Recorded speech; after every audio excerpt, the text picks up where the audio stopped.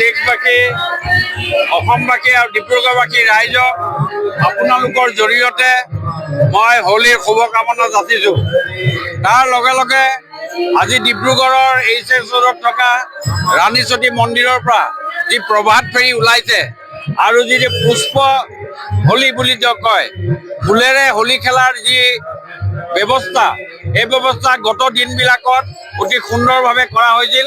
আজিও ঠিক তেনেকৈ এই প্ৰভাত ফেৰী ওলাব।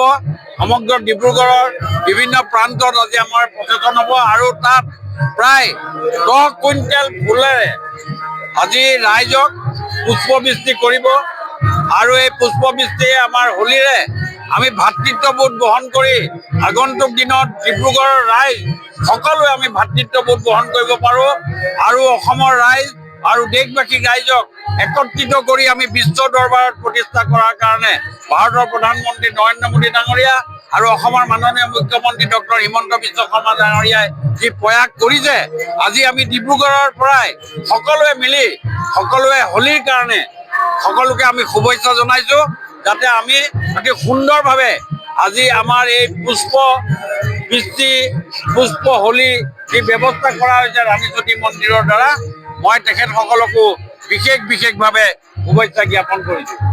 আপোনালোকে আমি হোলী শুভেচ্ছা জনাইছোঁ।